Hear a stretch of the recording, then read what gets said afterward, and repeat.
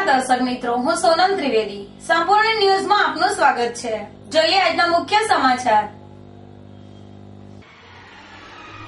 ધાનેરા પોલીસે રામપુરા મોટા ગામે જમીનના સંતાડેલ વિદેશી દારૂ ઝડપ્યો. પોલીસથી બચવા 2 શખ્સોએ દારૂ ભરેલું માટલું જમીનમાં દાટ્યું હતું. જગાણા ખાતે મંત્રી હરિભાઈ ચૌધરીના હસ્તે બનાસ બેંકની શાખાનું કરાયું ભૂમિપૂજન. બનાસ બેંકના ચેરમેન શંકરભાઈ ચૌધરીએ નવીન શાખાનું કર્યું ખાતમુહૂર્ત.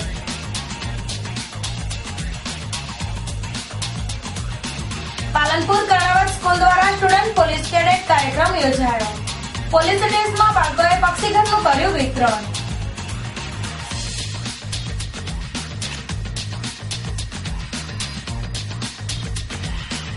પાલનપુર નજીક મળેલી કિશોરીની લાશનું ગુંડાતું રહસ્ય. અજાણી યુવતીના મોતને લઈને તર્ક વિતર્ક.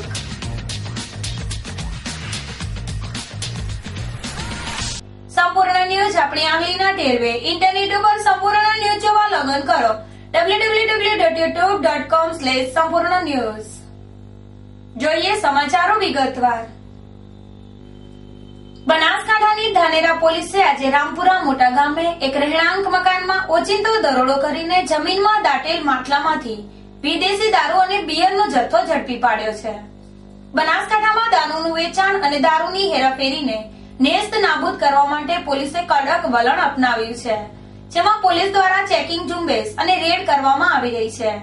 જેમાં આજે ધાનેરાના રામપુરા મોટા ગામે રમેશજી ઉકાજી ઠાકોર અને ફતેપુરાના મુળાભાઈ દાજાભાઈ પટેલ દ્વારા એકબીજાના મેળાપણાથી પરપ્રાંતીય પોતાના મકાનમાં સંતાડી તેનું વેચાણ કરતા હોય આજે ધાનેરા પોલીસે રામપુરા મોટા ગામે રમેશજી ઠાકોરના રહેણાંક મકાન ઉપર ઓચિંતી રેડ કરતા રમેશજી ઠાકોર અને તેનો ડ્રાઈવર મુળાભાઈ પટેલ પોલીસને દેખીને ગાડી લઈને ભાગી છૂટ્યા હતા.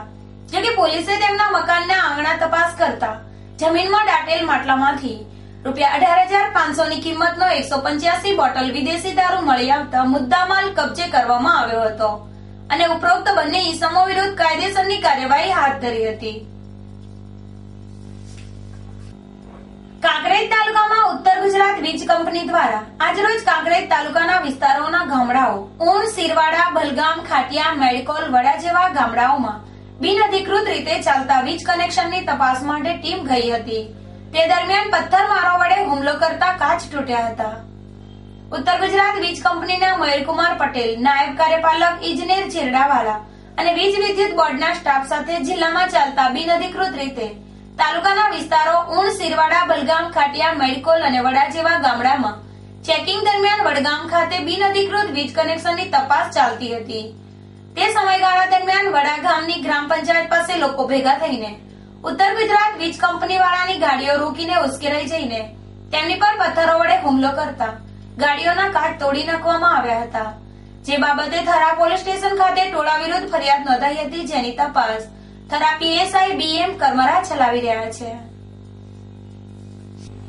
પાલનપુર તાલુકાના જગાણા મુકામે કેન્દ્રીય ગૃહ રાજ્યમંત્રી શ્રી હરિભાઈ ચૌધરી અને બનાસ બેંકના ચેરમેન શ્રી અને રાજ્યના આરોગ્ય, પરિવાર કલ્યાણ, વાહન તથા વ્યવહાર રાજ્યમંત્રી શ્રી શંકરભાઈ ચૌધરીના વરદ હસ્તે બનાસ બેંકની શાખાના નવીન મકાનનું ભૂમિપૂજન અને ખાતમુહૂર્ત સમારંભ યોજાયો હતો.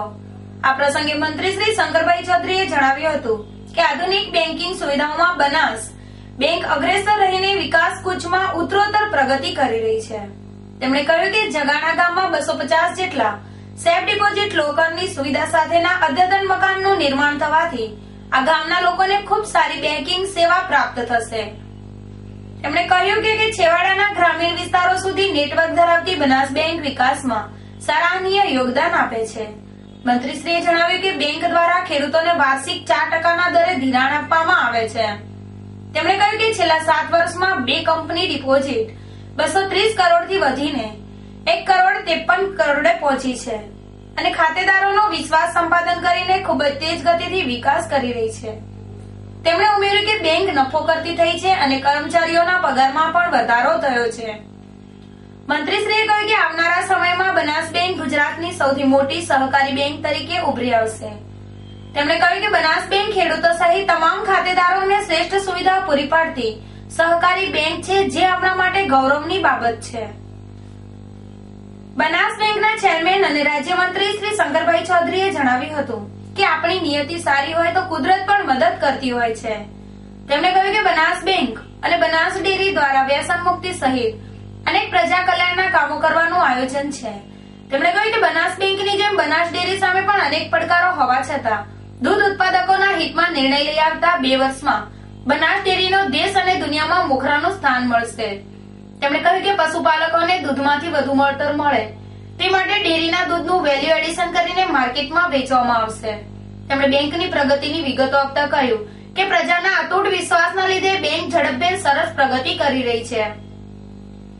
આ પ્રસંગે કેન્દ્રીય ગૃહ રાજ્યમંત્રી શ્રી હરિભાઈ ચૌધરીએ પ્રાસંગિક પ્રવચન કરતા જણાવ્યું હતું કે આપણા લોકપ્રિય વડાપ્રધાન શ્રી નરેન્દ્રભાઈ મોદીના નેતૃત્વમાં દેશભરમાં છેવાડાના વિસ્તારો અને વ્યક્તિઓ સુધી વિકાસ અને સુશાસનના ફળ સારી રીતે પહોંચી રહ્યા છે. તેમણે ઉમેર્યું કે દેશને વડાપ્રધાન તરીકે શ્રી નરેન્દ્રભાઈ મોદી જેવું સમર્થ નેતૃત્વ મળ્યું છે. પરિણામે સમૃદ્ધ અને શક્તિશાળી રાષ્ટ્રનું નિર્માણ થઈ રહ્યું છે. તેમણે જણાવ્યું કે આપણું આવતીકાલના ઉજ્જવળ ભવિષ્યના નિર્માણ માટે વ્યસન મુક્ત સમાજનું નિર્માણ કરવું જરૂરી છે. તેમણે કહ્યું કે વ્યસનોની કુટેવો છોડીને બાળકોના અભ્યાસમાં ધ્યાન આપવાથી ખૂબ જ સારા પરિણામ મળશે. મંત્રીશ્રીએ કહ્યું કે બનાસકાંઠા જિલ્લામાં તમામ તાલુકાઓમાં સરકારી શાળાઓ, આઈટીઆઈ અને ટેકનિકલ શિક્ષણની સુવિધા ઉપલબ્ધ છે. ત્યારે બાળકોના અભ્યાસમાં પૂરતી કાળજી રાખીએ અને તેમને ઉચ્ચ શિક્ષણ અપાવીને સુખી અને સમૃદ્ધ સમાજનું નિર્માણ કરીએ. તેમણે ઉમેર્યું કે સરકારશ્રીના વિવિધ અભિયાનો તથા કલ્યાણકારી યોજનાઓને લીધે બનાસકાંઠા જિલ્લામાં તમામ ક્ષેત્રોમાં નોંધપાત્ર વિકાસ થયો છે. મંત્રી શ્રી ચૌધરીએ કહ્યું કે આપણા જિલ્લામાંથી વધુમાં વધુ યુવાનો આઈએએસ અધિકારીઓ બને તે માટે ઝઘડા ખાતે સ્પીપાનનું તાલીમ સેન્ટર શરૂ કરવામાં આવ્યું છે. તેમણે કહ્યું કે ગામમાં બનાસ બેંકનું મકાન બનતા લોકોને લોકર સહિત તમામ સુવિધાઓ પ્રાપ્ત થશે. તેમણે કહ્યું કે જગાણાના લોકોને મને ખૂબ પ્રેમ આપ્યો છે અને તે બદલ ગ્રામવાસીઓનો સદાય હું ઋણી રહીશ. કાર્યક્રમમાં બનાસ ડેરીના વાઇસ ચેરમેન શ્રી માવજીભાઈ દેસાઈ, બનાસ ડેરીના ડિરેક્ટર સર્વશ્રી અણદાભાઈ પટેલ, કેસરભાઈ ચૌધરી, ભાવાભાઈ દેસાઈ, પૂર્વ મંત્રી શ્રી હરજીવનભાઈ પટેલ, અગ્રણીઓ સર્વશ્રી દોલતપુરી ગોસ્વામી, હરેશભાઈ જાની, દિનેશભાઈ અનાવાડિયા, વીરજીભાઈ જુડાલ, ભગવાનદાસ પટેલ, સરપંચ શ્રી વસંતભાઈ દવે, સહકારી સંસ્થાના અગ્રણીઓ, બેંકના ડિરેક્ટરશ્રીઓ અને અધિકારીઓ, બનાસ બેંકના પરિવાર, બેંકના ખાતેદારો અને વિશાળ સંખ્યામાં ગ્રામજનો ઉપસ્થિત રહ્યા હતા. મુકામે બનાસ બેંકના નવીન મકાનનું ખાતમુહૂર્ત પ્રસંગે